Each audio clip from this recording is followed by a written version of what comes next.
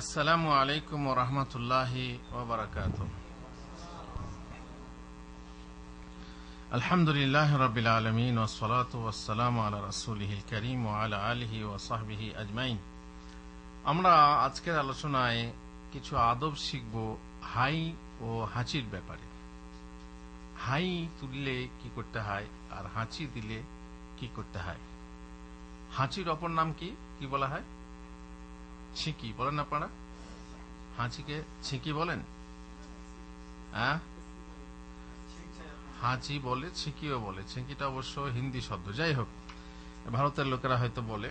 তো হাই ও হাঁচির আদবে আমরা কি জানবো? আলস্যজনিত কারণে মানুষের হাই ওঠে। হাই কেন ওঠে?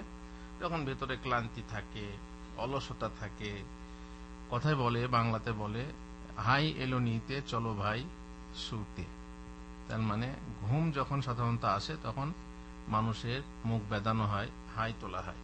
বিশেষ করে ইবাদতের সময় শয়তান মুসলিমের মনে আলস্য সৃষ্টি করে। আর যদি মনে করেন যে নামাজ পড়তে গিয়ে আপনার হাই আসছে, তার মানেই বোঝা যাচ্ছে যে শয়তান আপনাকে দেবে না। ওই যেমন ঘুমের সময় ঘুমিয়ে থাকেন না, আপনি চেষ্টা করেন উঠবো, আর শয়তান বলে না না এখন অনেক রাত আছে, শো শো শো। বিশেষ করে যারা তাহাজ্জুদ গোজার, তাহাজ্জুদ পড়তে উঠবে, আজান হলে তো সমস্যা নেই, তখন আপনি নিজেই বুঝবেন যে আজান হয়ে গেছে, এবার উঠতে হবে। তবুও যারা ফজরের নামাজ পড়ে জামাতে, তাদেরকে শয়তান বলে এই তো আজান হলো, ও অনেক দেরিতে নামাজ হয়, 25 মিনিট দেরি করে, একটু পরে উঠবি। দিয়ে একটু পরে যেমনি রেস্ট নিতে যায় আর বাস আবার ঘুমিয়ে যায়, এমন ঘুম যে আবার 1 ঘন্টা পার হয়ে যায়, তার জামাত ছুটে যায়। শয়তান চায় যাতে করে সে নিজের দল ভারী করতে পারে এবং আপনাকে আল্লাহর জিকির থেকে, নামাজ থেকে সরিয়ে নিতে পারে। আল্লাহর বান্দা হাই তোলাকে, আল্লাহ তাআলা বান্দার হাই তোলাকে পছন্দ করেন না। বান্দা হাই তুলুক এটা পছন্দ করেন না। কেন পছন্দ করেন না? অথচ আল্লাহ তাআলার সৃষ্টি, তাই না? সৃষ্টি তো আল্লাহ তাআলারই, কিন্তু তিনি চান না যে বান্দা হাই তুলুক, অপছন্দ করেন। কেননা এটা শয়তানের পক্ষ থেকে। আর শয়তান পছন্দ করে কেন? যেহেতু ইবাদতে আলস্য হবে আর তাতে সে খুশ হবে। আর সেই জন্য হাই তোলার আদব রয়েছে ইসলামে। রাসূলুল্লাহ সাল্লাল্লাহু আলাইহি ওয়াসাল্লাম বলেছেন, ইন্নাল্লাহা ইউহিব্বুল উতাস। আল্লাহ তাআলা ছিকিকে বা হাঁচিকে ভালোবাসেন, পছন্দ করেন। ওয়া ইয়াকরাহুত তাসাউব, আর হাইকে অপছন্দ করেন। ফাইজা আতাসা আহাদুকুম ওয়া হামিদাল্লাহ তাআলা কানা হাক্কান আলা কুল্লি। যদি কেউ ছিকি দেয় বা হাঁচি দেয় তাহলে কি করতে হবে? সেটা বলা হচ্ছে যে যখনই হাঁচি দেবে তখন কি বলবে? আলহামদুলিল্লাহ। মনে মনে বলবে না সশব্দে বলবে? যদি সামনে কেউ থাকে জবাব দেওয়ার মতো তাহলে আপনি সশব্দে বললেন, আর যদি কেউ না থাকে তো আপনার কে বলবে? তখন জোরে বলার প্রয়োজনীয়তা নেই, শোনাবার জন্য আপনাকে বলতে হবে। এই জন্য বলা হয় লাফজিন মাসমু'। তার মানে এমন ভাবে বলবেন যেন লোকে যারা আছে আশেপাশে শুনতে পায়, তাহলে শোনার পরে তারা জবাব দেবে। যেমনি আপনি আলহামদুলিল্লাহ বললেন, কানা হাক্কান আলা কুল্লি মুসলিম সামিআহু ইয়াকুলু লাহু ইয়ারহামুকাল্লাহ। যে শুনবে সে কি বলবে? ইয়ারহামুকাল্লাহ। আলহামদুলিল্লাহ যদি না শুনতে পায় তাহলে কি বলবে? না, আলহামদুলিল্লাহ শুনতে পেলে তবেই বলবে। ওয়া আম্মা তাসাউব ফাইন্নামা হুয়া মিনাশ শাইতান। আর হাই হলো শয়তানের পক্ষ থেকে। ফাইজা তাসাআবা আহাদুকুম ফালইয়ারুদ্দাহু মাস্তাতা। যদি কারো হাই আসে সে যথাসম্ভব তা দমন করার চেষ্টা করবে। তার মানে হাই উঠতে দেবে না, কারণ শয়তানের পক্ষ থেকে আসছে তো, আর শয়তানের বিরুদ্ধে জিহাদ করতে হবে, তাই না? অতএব আপনি চেষ্টা করবেন যাতে হাইটা না ওঠে। ফাইজা ফাইন্না আহাদাকুম ইজা তাসাআবা দাহিকা মিনহু শাইতান। কারণ যখন তোমাদের কেউ হাই তোলে, হাই যখন তোলে তখন তা দেখে শয়তান হাসে। কেন শয়তান হাসে? যেহেতু তার ইনজেকশন কাজে লেগেছে, তার যে প্রলোভন, তার যে প্ররোচনা, তার যে বুদ্ধি কাজে লেগেছে, তার মধ্যে আলস্য সৃষ্টি করছে, এটা কাজে লেগে দেখে হাসবে না? অবশ্যই হাসবে। আরেকটি হাদিসে আছে রাসূলুল্লাহ সাল্লাল্লাহু আলাইহি ওয়াসাল্লাম বলেছেন, ইজা তাসাআবা আহাদুকুম ফালইউমসিক বিয়াদিহি আলা ফি। তোমাদের মধ্যে যার হাই ওঠে সে যেন হাই ওঠার সময় যদি দমন করতে হয়, দমন করতে না পারে তাহলে যেন মুখে হাত রেখে নেয়, ডান হাত হোক বাম হাত হোক সমস্যা না, কিন্তু বাম হাত হওয়াই ভালো। এবার বাম হাত যদি আপনার নোংরা থাকে, এইভাবে আপনি যেভাবেই হোক, মোট কথা মুখে আপনি, এখানে কিন্তু ডান বাম হাতের কথা বলা হয়নি, ডান হাত হোক বাম হাত হোক আপনি মুখে রেখে নেবেন, কিংবা কাপড়ও রাখতে পারেন। এইভাবে কাপড় রাখতে পারেন। ফাইন্না শাইতানা ইয়াদখুল, কারণ যদি তুমি মুখে হাত না দাও, কাপড় না রাখো, তাহলে শয়তান ভিতরে প্রবেশ করে যাবে, মুখের ভিতরে প্রবেশ করে যাবে। হাই আছে অলসতা ও জড়তার কারণে, আর এসব আছে শয়তানের কাছ থেকে। সুতরাং শয়তানের এই চক্রান্তকে যথাসাধ্য রোধ করা উচিত, তাতে শয়তান রাগান্বিত হয়। আর কেউ যখন আলস্য প্রকাশ করে হা হা হা হো, দেখবেন অনেকে আছে ও এরকম করে না, শব্দ করে, এই শব্দটা আরো খারাপ। একে তো মুখে হাত দিলেন না, তার উপরে আপনি হো হা হা হা করে শব্দ করছেন, এই শব্দ করাটা আরো খারাপ। তখন শয়তান নিজের কাজের সফলতা দেখে হাসে। নিজে চেষ্টা করলো তো যে ওর হাই উঠুক, ওর ভিতরে অলসতা আসুক, সে নিজের কাজের অলসতা কি বলে প্রচেষ্টার সফলতা দেখে হাসে।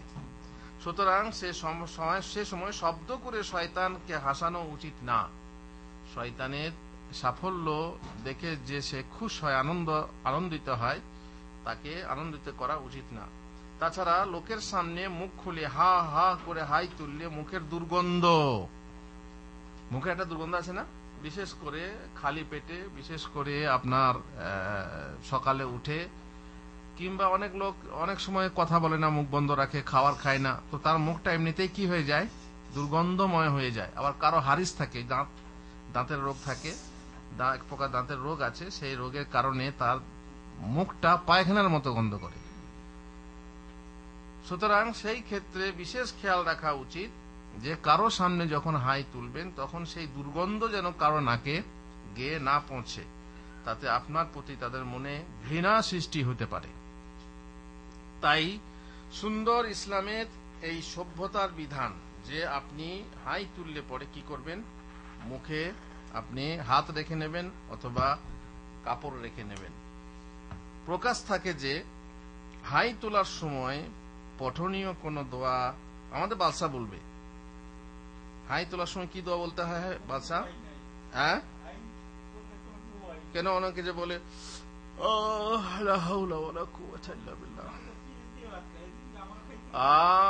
অনেকে পেঁয়াজ দিয়ে ভাত খায়, তা বলি কামান খেতে হবে কেন? পেঁয়াজ দিয়ে ভাত খাওয়া কি হারাম? দেখছেন বাদশা কোন দিকে ছুটছে, কোন দিকে দৌড় দিচ্ছে। পেঁয়াজ দিয়ে ভাত খাওয়া হারাম না, কাঁচা পেঁয়াজ তখন খেতে হয় না যখন খেয়ে মসজিদে আসতে হয়, তাই না? তবে বিড়ি টানতে টানতে, সিগারেট টানতে টানতে মসজিদের দরজায় বিড়ি সিগারেট ফেলে মসজিদে ঢোকা যায়, তাই না? তাও ঢোকা যায় না। বিড়ি তো হারাম, পেঁয়াজ তো হালাল। হালাল জিনিস খেয়ে মসজিদে আসা নিষেধ, আর আপনি হারাম খেয়ে খেতে খেতে দুর্গন্ধময় হালাল, দুর্গন্ধময় হারাম, কোনটা বেশি খারাপ? নিশ্চয় এটা বেশি খারাপ। যাই হোক, আপনি কোথায় নিয়ে চলে গেলেন কথাটাকে।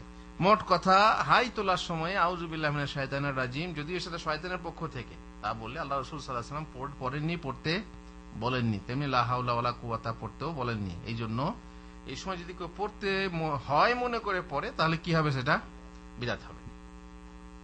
এবার চলুন হাঁচির ব্যাপারটা। ওই যে আগের হাদিসে উল্লেখ হয়েছে, মহান আল্লাহ হাঁচিকে পছন্দ করেন, হাঁচি দিলে আল্লাহ তাআলা হাঁচি পছন্দ করেন।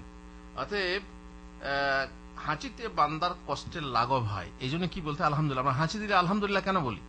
আলহামদুলিল্লাহ সাধারণত কোনো ভালো কাজে বা আপনার কোনো উপকার হলে আপনি কি আল্লাহকে ধন্যবাদ দেন, আল্লাহর শুকরিয়া জ্ঞাপন করেন, আলহামদুলিল্লাহ। তো এখানে কি এমন হয় যে আপনি আল্লাহর প্রশংসা করলেন? কি প্রশংসা কেন করলেন? শ্বাস পথে আটকে থাকা শ্লেষ্মা হাঁচির ফলে পরিষ্কার হয়ে যায়।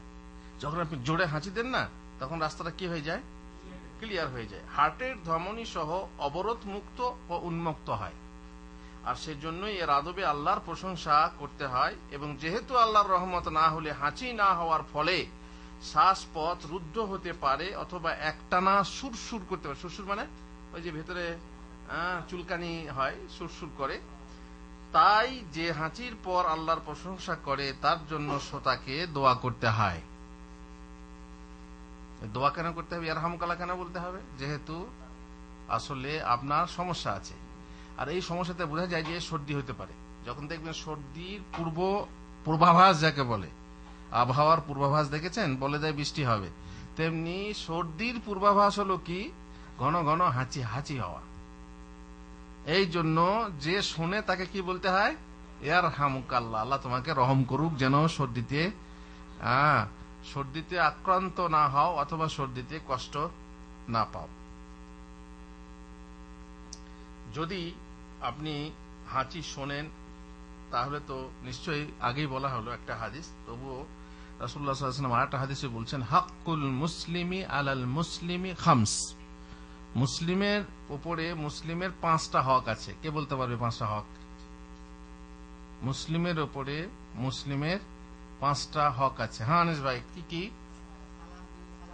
সালামের উত্তর দেওয়া, সালাম দেওয়া না, সালাম দেওয়াটা সুন্নত, কিন্তু সালামের উত্তর দেওয়া। 2 নম্বর, হাঁচি দিলে হাঁচির জবাব দেওয়া।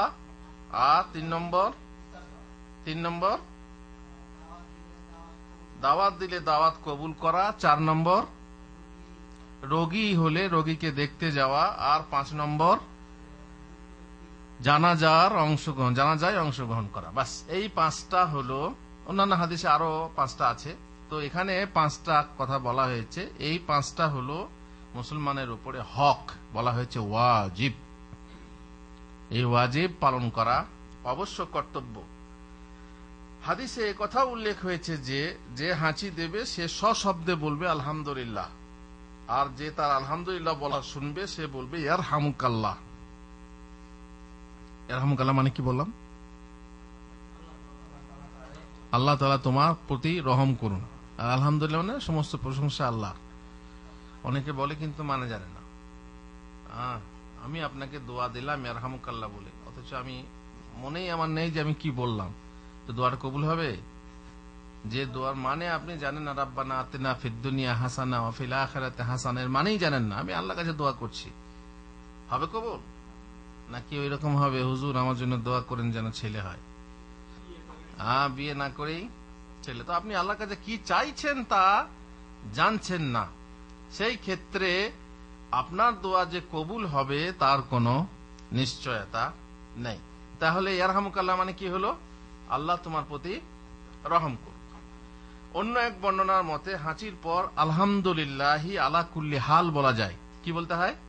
আলহামদুলিল্লাহি আলা কুল্লি হাল, অথবা আলহামদুলিল্লাহ পরে রাব্বিল আলামিনও বলা যায়, আলহামদুলিল্লাহি রাব্বিল আলামিন, এতটাও বলা যায়। আপনারা এমনিতে জানেন যে কোনো দোয়াতে বেশি বাড়তি করা উচিত না, জায়েজ না। যেমন যে জায়গায় বিসমিল্লাহ বলতে হয় সেই জায়গায় বিসমিল্লাহির রহমানির রহিম বলা হবে না। বিসমিল্লাহ ওয়াস সালাতু ওয়াস সালামু আলা রাসূলিল্লাহ, সেখানে বিসমিল্লাহির রহমানির রহিম আসসালাত বলা হবে না। যেখানে আল্লাহ রাসূল বিসমিল্লাহ বলেছেন বিসমিল্লাহ বলতে হবে, যেখানে বিসমিল্লাহির রহমানির রহিম বলেছেন বলতে হবে। আলহামদুলিল্লাহ যেখানে বলেছেন আলহামদু বলতে হবে, আলহামদুলিল্লাহ। কিন্তু যদি রাব্বুল আলামিন যে বেশি না থাকে তাহলে আপনি নিজের তরফ থেকে আলহামদুলিল্লাহ রাব্বিল আলামিন বাড়তি করতে পারেন না। বর্ণনায় আছে যে আলহামদুলিল্লাহ রাব্বিল আলামিন বলা যায় কখন? যখন আপনি হাঁচি দিচ্ছেন তখন। হাঁচির পর যদি হাঁচিদাতা আলহামদুলিল্লাহ না বলে তাহলে কি তার জন্য দোয়া করা যাবে ইয়ারহামুকাল্লাহ বলে? মনে করুন হাঁচি দিল, কিছুই বলল না, আপনি কি ইয়ারহামুকাল্লাহ বলতে পারেন? না, যেহেতু রাসূলুল্লাহ সাল্লাল্লাহু আলাইহি ওয়াসাল্লাম বলছেন ইজা আতাসা আহাদুকুম ফাহামিদাল্লাহা ফাশাম্মিতুহ, যখন তোমাদের কেউ হাঁচি দেবে তখন সে আলহামদুলিল্লাহ বললে তাহলে তোমরা তার জবাবে কি বলো? ইয়ারহামুকাল্লাহ বলো। ফাইল্লাম ইয়াহমাদিল্লাহ ফালা তুশাম্মিতুহ, যদি সে আল্লাহর প্রশংসা না করে আলহামদুলিল্লাহ না বলে তাহলে তোমরা তার জবাবে কি বলো না? ইয়ারহামুকাল্লাহ বলো না। হামদ শুনতে না পেয়ে ঠোঁট হিলানো দেখে যদি বোঝা যায় যে সে আলহামদুলিল্লাহ বলছে তাহলে তার জন্য দোয়া করতে হবে। ওই দূরে বসে আছে, হয়তো বেশি জোরে বললো না, কিন্তু আপনি বুঝলেন যে হাঁচির পরে মানে বলেছে, কিছু বলেছে, তখন আপনি আন্দাজেই তাকে ইয়ারহামুকাল্লাহ বলতে পারেন। পক্ষান্তরে হামদ বলার জন্য হাঁচিদাতাকে স্মরণ বা উপদেশ দেওয়া বিধেয় নয়। এই আলহামদুলিল্লাহ বলো, এটা বলা কি ঠিক? বিধেয় নয়। এটা অবশ্যই তাকে শিক্ষা দেওয়ার জন্য বলতে পারেন, শেখা দিলে এটা বলতে হয়, আলাদা কথা। এই হাঁচি দিলে তুমি আলহামদুলিল্লাহ বলে না, না এরকম ঠিক না। অতঃপর যে হাঁচি দিয়েছে সে নিজের জন্য দোয়া করতে শুনলে ওই ব্যক্তির জন্য আবার দোয়া করবে। কে? যে হাঁচি দিয়েছে সে তো আলহামদুলিল্লাহ বলেছে, তারপর যখন শুনলো যে আমার জন্য বেচারি দোয়া করলো ইয়ারহামুকাল্লাহ, তখন সে কি দোয়া করবে? সে আবার দোয়ার বদলে দোয়া করবে ইয়াহদিকুমুল্লাহ ওয়া ইউসলিহু বালাকুম। ইয়াহদিকুমুল্লাহ ওয়া ইউসলিহু বালাকুম, আল্লাহ আপনাকে হেদায়েত করুন এবং আপনার অন্তরকে কি করুন? সংশোধন করুন। হাঁচিটা তো যদি কাফের হয় হুজুর, কাফের হলো, কাফের হওয়া সত্ত্বেও সে হাঁচি দিল এবং আলহামদুলিল্লাহ বলল, হতে পারে এমন কোন কাফের হাঁচি দিয়ে আলহামদুলিল্লাহ বলল, যেমন সালাম দেয়, বিসমিল্লাহ বলে, তাহলে কি হবে? তার জবাবে উক্ত দোয়া বলা যাবে। কি দোয়া? ইয়াহদিকুমুল্লাহ, ইয়ারহামুকাল্লাহ না, কি বলতে হবে? হেদায়েতের দোয়া। আপনি কাফের জন্য হেদায়েতের দোয়া দিতে পারেন, আল্লাহ তোমাকে হেদায়েত করুক, ঠিক আছে, কিন্তু রহমের দোয়া করা যাবে না, মাগফিরাতের দোয়া, ক্ষমা প্রার্থনা দোয়া করা যাবে না। অতএব কাফের যদি আলহামদুলিল্লাহ বলে, তখন আপনি বলবেন ইয়াহদিকুমুল্লাহ ওয়া ইউসলিহু বালাকুম। আবু মুসা বলছেন, ইয়াহুদ কানাল ইয়াহুদ ইয়াতাআতাসুনা ইনদা রাসূলুল্লাহ সাল্লাল্লাহু আলাইহি ওয়াসাল্লাম, ইহুদিরা রাসূলুল্লাহ সাল্লাল্লাহু আলাইহি ওয়াসাল্লামের কাছে হাঁচি দিত।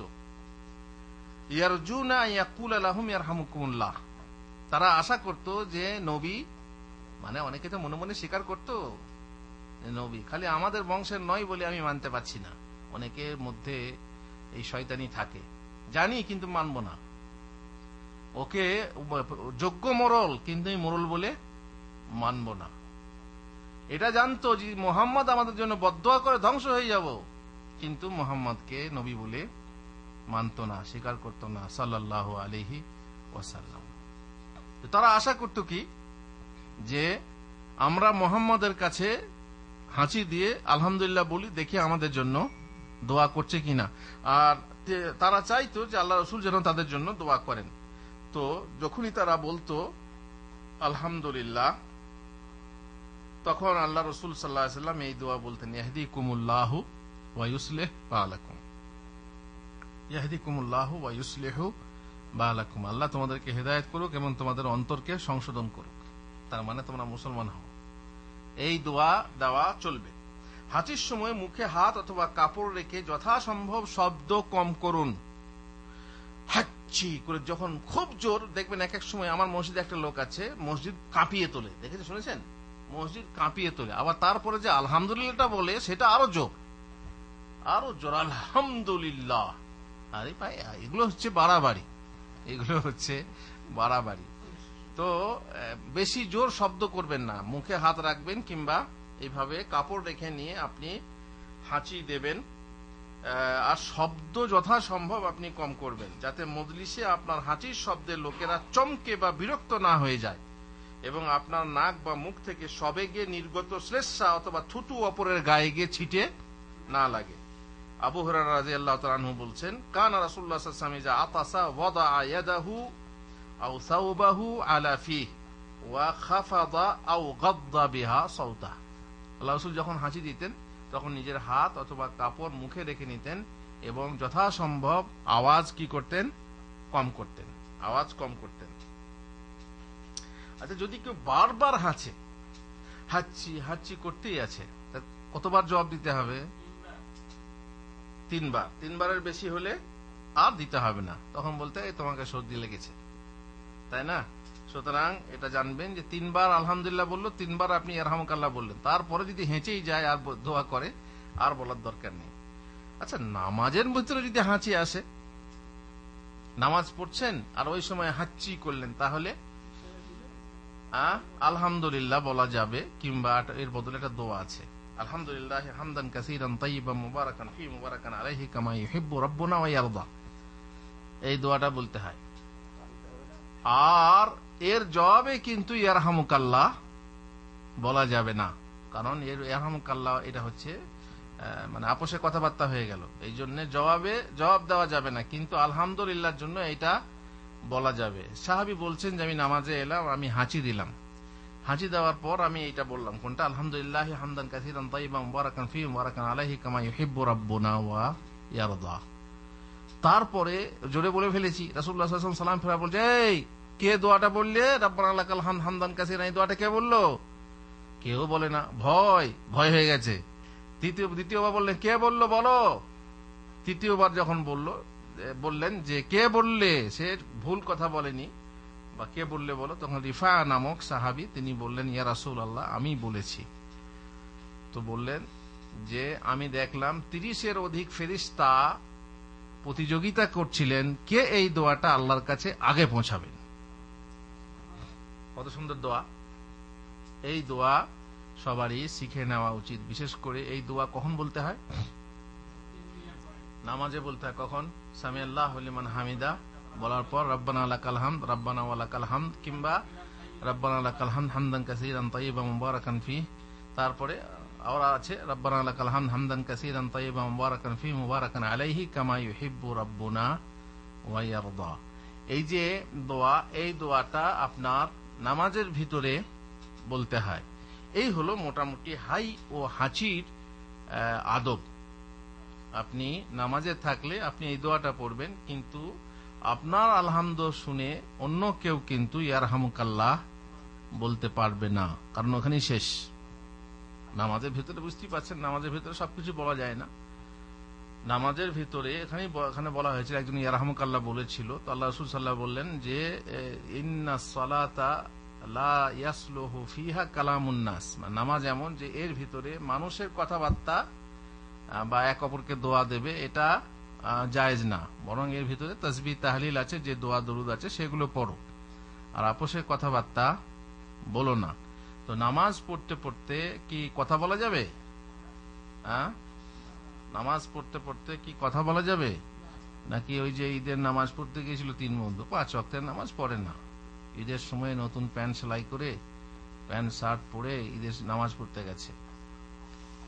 যারা নতুন তাদের জন্য বলছি, পুরনোরা বহুবার শুনেছেন। গিয়ে 3 বন্ধু পাশাপাশি দাঁড়িয়ে আছে, যে একজন যেমনি সিজদা করতে গেছে আর পট করে হাঁটুর কাছে প্যান্টটা সেলাই কেটে গেছে, শব্দ হয়েছে। তখন বলছে, গালি দিয়ে বলছে, গালিটা আমি বলছি না, বলছে দর্জিকে বললাম একটু ঢিলে ঢালা করে সেলাই করবি, টাইট করে দিয়েছে। তখন পাশের বন্ধু বলছে, এই নামাজ পড়তে পড়তে কথা বলতে হয় না। তখন তৃতীয় বন্ধু বলছে, তুই তো বললি। হ্যাঁ, 3 জনের মধ্যে কার নামাজ সহি, কার নামাজ বাতিল? কেন? একজন তো বললো, তুইও তো বললি, সমস্যা কি? তার মানে 3 জনেই কথা বললো। এই জন্য কথা মোটেই বলা যাবে না। এইভাবে জুমার খুতবা চলছে, অনেক মানুষ দেখবেন জুমার খুতবা চলছে সেই সময় কথা বলে, গিরগির গিরগির করে, অনেকে তো ফুল আঁকে, অনেকে তো যাই হোক, কিন্তু কথা বলে। কথা বললে, যদি কেউ কথা বলে তাকে যদি কেউ বলে চুপ, শুধু এই শব্দটা কি বলবে? চুপ। তার মানে এই সময় কথা বলতে হয় না, চুপ করো, তাহলে তারও জুমা বাতিল হয়ে যাবে। ইশারাতে যদি কেউ বলে, তবুও ইশারাও ঠিক না, একান্ত জরুরি না হলে ইশারা করা যাবে না। যদি ইশারাতে কেউ বলে বা সেটাও জরুরি না হলে ইশারা করাও ঠিক না, কারণ নামাজ পড়ছেন, নামাজ পড়তে পড়তে ইশারা করা যায়, বুঝতে পারছেন? নামাজ পড়তে পড়তে জরুরি হলে ইশারা করা যায়, নামাজ পড়তে পড়তে জরুরি হলে আপনার মুখের শব্দ করা যায়। মনে করুন আপনি রুমে নামাজ পড়ছেন, আর পাশ থেকে পাশের রুমে হেলাল হেলাল হেলাল, এবার তুই নামাজ পড়ছে, কথা বলতে পারবে না, তখন কি করে এরকম শব্দ করবে, তার মানে বুঝিয়ে দেবে যে আমি আছি। যদি ফরজ নামাজ হয় তাহলে জোরে দেবে, আলাদা কথা, কিন্তু বিশেষ করে গলা সারা দিয়ে বুঝিয়ে দেবে যে আমি এখানে আছি। তো এগুলো সমস্যা নেই। যেমন নামাজ পড়ছেন আর আপনার কিবলার দিকে দরজা আছে, কিবলার দিকে, এবার কেউ দরজা ধাক্কা দিচ্ছে, খুলছেন না, আপনি নামাজ পড়ছেন, আবার ধাক্কা দিচ্ছে, তখন যদি সামান্য আগিয়ে গিয়ে দরজাটা খুলে দেন, আবার পিছিয়ে এসে নামাজ পড়েন, তাতেও সমস্যা হবে না। তো এই ছোটখাটো কাজগুলো সমস্যা নেই। যেমন আপনি নামাজ পড়ছেন, আপনার বাচ্চাটা কেঁদে উঠলো, তো আপনি কোলে নিতে পারেন। বাচ্চাটা আগুনে হাত দিতে যাচ্ছে, আপনি তাকে সরিয়ে নিতে পারেন। একটা সাপ চলে এলো আপনার মুসাল্লাতে, তাকে মারতে পারেন। এগুলো মানে প্রয়োজনে বৈধ বলা হয়েছে। আপনারা সালাতে মুবাশশির যারা পড়েছেন তারা এসব জানবেন, নামাজ পড়তে পড়তে কি করা জায়েজ আর কি করা জায়েজ না। আল্লাহ তাআলা আমাদেরকে তৌফিক দেন যেন আমরা যা শুনি তার উপরে আমল করি। যে সমস্ত আদব শিখছি সেই সব আদব শিখে যেন বা আদব হই এবং বেয়াদব হওয়া থেকে দূরে থাকি। কারণ মুসলিম মাত্রই হবে বা আদব, বেয়াদব না। বেয়াদবি থেকে যেন আমরা দূরে থাকতে পারি সেই কামনা রেখে আমরা বলি রব্বানা আতিনা ফিদ দুনিয়া হাসানা ওয়া ফিল আখিরাতি হাসানা ওয়া কিনা আযাবান নার। এর মানেটা কে বলতে পারবে? দেখে আমাদের বাদশা বলতে পারলে সব প্রজারা বলতে পারবে, রাজা বললে প্রজারা অবশ্যই পারবে। হ্যাঁ, রব্বানা আতিনা ফিদ দুনিয়া হাসানা ওয়া ফিল আখিরাতি হাসানা মানে কি? ওয়া কিনা আযাবান নার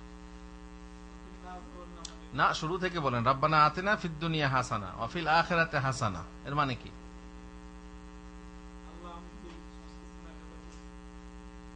দেখছেন, অথচ এই দোয়া ডেলি পড়ে।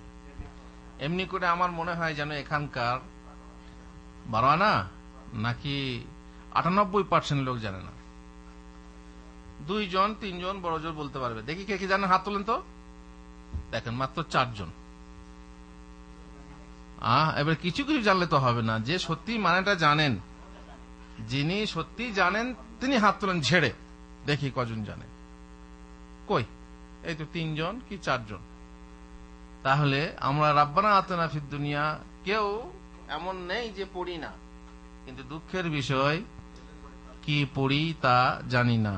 আমি চিনি পিঠে বই, কিন্তু চিনি মিষ্টি নাকি লবণাক্ত না তিক্ত আমি তাই জানি না। বুঝতে পারছেন?